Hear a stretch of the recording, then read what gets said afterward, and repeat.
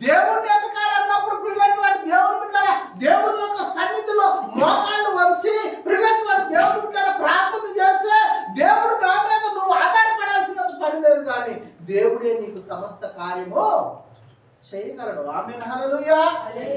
దేవుడే నీకు సమస్త కార్యమును చేయగలడు.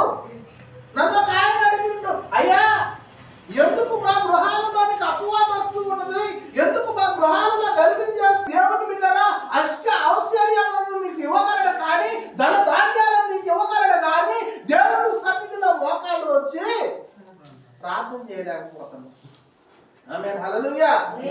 దేవుడు సన్నిధిలో ప్రార్థన చేయలేక, కన్నీరు కార్చలేక, వేదన పడలేక, క్రమశిక్షణ తట్టుకోలేక ప్రియులైనటువంటి దేవుని బిడ్డలారా గట్టిగా గర్జిస్తే దేవుడు మందిరాన్ని విడిచిపెట్టడానికైనా సిద్ధపాటు కలిగి ఉన్నాం, కానీ గర్తింపుకు లోపడి దేవుడికి లోపడే మనుషులు చెప్పండి మీలో.